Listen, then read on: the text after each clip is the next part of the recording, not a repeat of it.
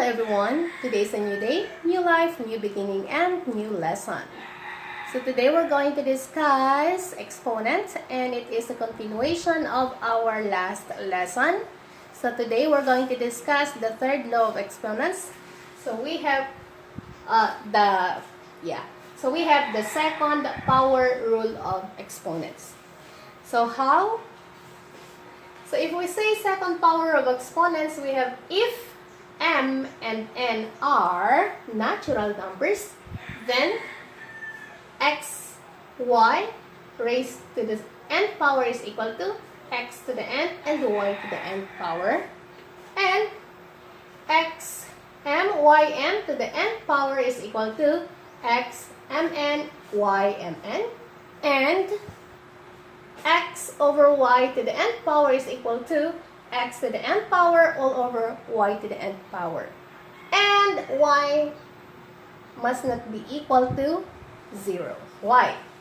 Because if we're dealing with fractions, if the denominator is 0, then the answer is undefined. So, as we discuss about exponents and fractions, I can explain to you next time why the denominator is undefined if it is 0. Okay? So, to understand the lessons well, we will start with some examples. So, in here, for this rule and this rule, we already gave some examples in our first power rule of exponents. Okay, so they are some like the same with the first and the second one. So in the second power rule, it says that anything outside the parenthesis must be multiplied with the exponent, anything inside the parenthesis, or all the elements inside the parenthesis. So let's start with example number 1.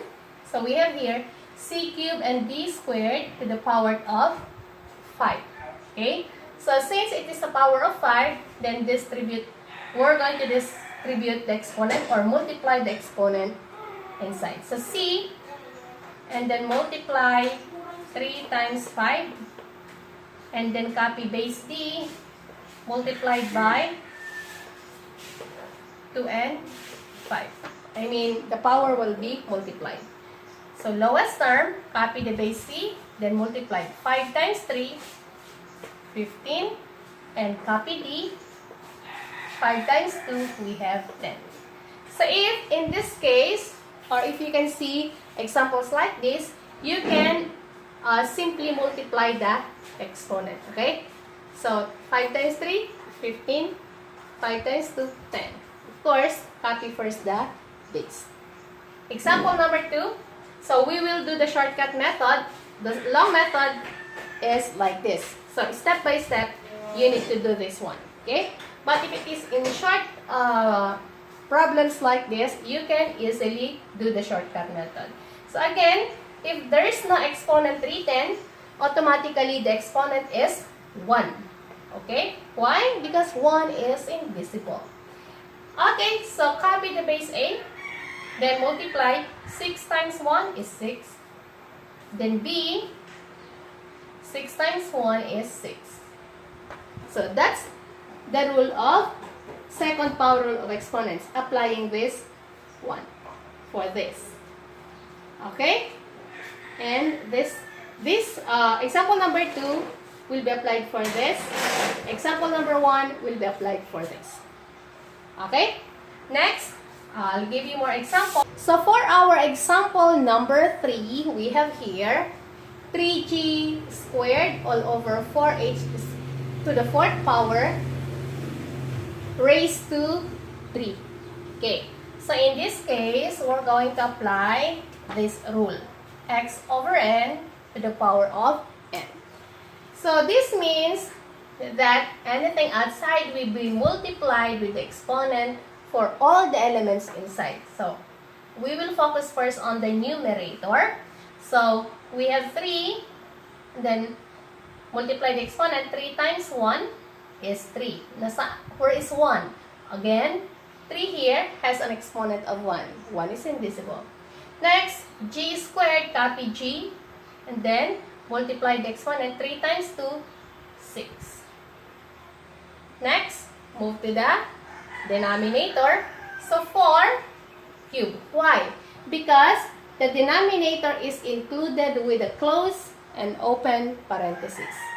So 4, copy the base 4, and then there is invisible 1 here. So 3 times 1, we have 3. Next, h, exponent 4. So 4 times 3, 12. Then simplify your answer. So 3 raised to 3. 3 times 3, 9. 9 times 3, we have 27. Then copy g6. Or g to the 6th power. And next, we have 4 raised to 3, means to say, you're going to multiply 4 3 times. So 4 times 4, 16. 16 times 4, we have 64. And then copy h raised to the 12th power. So that's for example number 3. Number 4, we have here 4 a to the 4th power b squared raised to 3x plus 2. So first, we have a number here. So we will copy the base 4 and then multiply the exponent 3x plus 2 with the exponent of 4, which is 1. So 1 times 3x plus 2 is equal to 3x plus 2. Next, base a. Multiply 4 with this. So 4, 3x plus 2. And then b squared multiplied by 3x plus 2. Then simplify. If we simplify this, we have this one is already simplified. So just copy 4, 3x plus 2. This one, copy a. Then distributive property. If you have number outside and you have a close and open parenthesis, that is always be distributive property. So 4 times 3x, we have 12x. Positive times positive is positive. Then 4 times 2, 8. Next, copy b.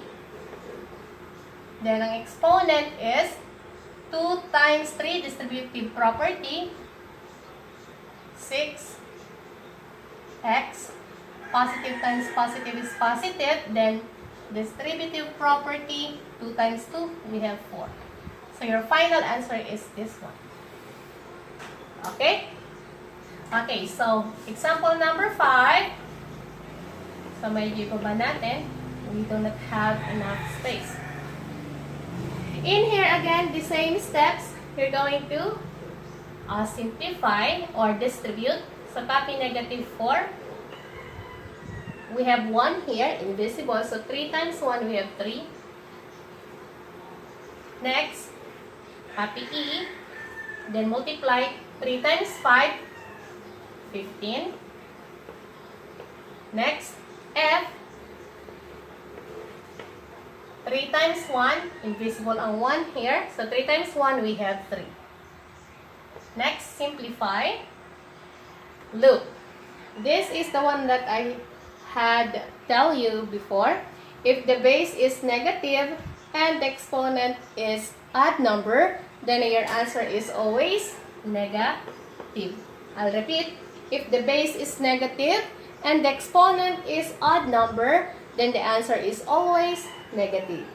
But if the base is negative and the exponent is even number, then the answer is positive. So since our exponents here is even number, so our answer is negative. Next, multiply 4 3 times. Why? Because 4 cubed means 4 times 4 times 4. So 4 times 4, 16 times 4, we have 64. Then just copy e to the 15th power f cubed.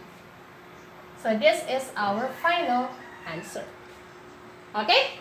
Next, number 6, our last example. So, copy the first number including the sign, negative 2/3. Then we do not have exponent, means 1. So 4 times 1, we have 4. Next, copy the base x. 4 times 3, 12. Copy the base y. Then, we have an exponent 1 here. So 4 times 1, we have 4. Next, simplify. So, since the exponent is even number and the base is negative, then our answer is positive. So, you can write positive here, but you can also not write positive. Why? Because if there's no sign, it means positive. We're talking about on the first part. Okay? So, this is positive already. So, 2 raised to the 4th power is 2 times 2, 4. 4 times 2, 8. 8 times 2, 16. So, we have the numerator 16. And base, 3 times 3, 9. Times 3, 27. Times 3 is 81. Next, copy x to the 12th power and y to the 4th power. So, this is our final answer.